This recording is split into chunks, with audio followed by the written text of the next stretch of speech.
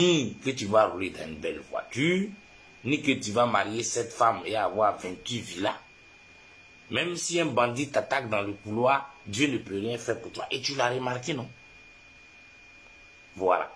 Tu voulais un secret, non? Ok. Voilà un. Dieu est faible. Satan est plus fort que lui. Dieu ne peut pas te donner l'argent, la sécurité, la santé, le bonheur et le paradis même dont il t'a promis.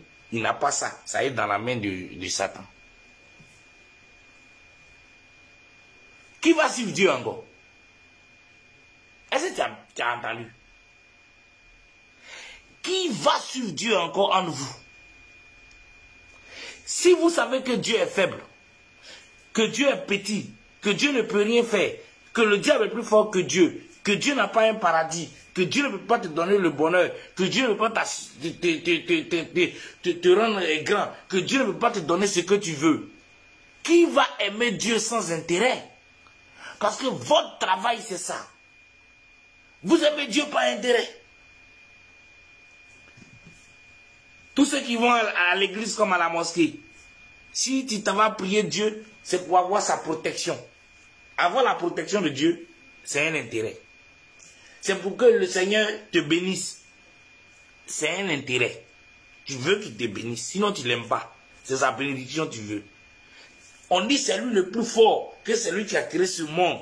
Que sans lui, c'est comme ça. Et si tu meurs, ça sera comme ça. Donc pour que tu sois bien, il faut que tu l'adores. Donc, quand tu t'en pries, Allah Akbar, Seigneur Jésus.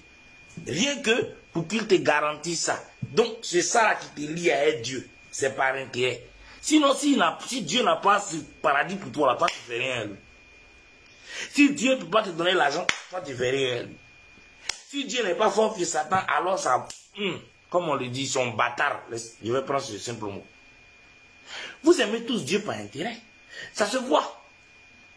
C'est pour ça que dans vos églises, dans vos mosquées et dans vos lieux de culte, les pasteurs, eux, ne parlent même plus de Dieu. Hein. Ce que Dieu même a écrit dans son livre là, ça c'est pas important.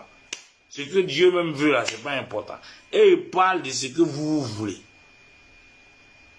Parce qu'ils savent que vous êtes venus derrière Dieu pour voir quelque chose. Donc quand il vient, ce que tu veux là, ça il te dit, oui, souvent même quand tu vois les sujets, oui, prière pour la richesse, prière pour chasser les démons, prière contre la sorcellerie, prière pour avoir longue vie, prière. Donc, c'est la prière là qui t'attire.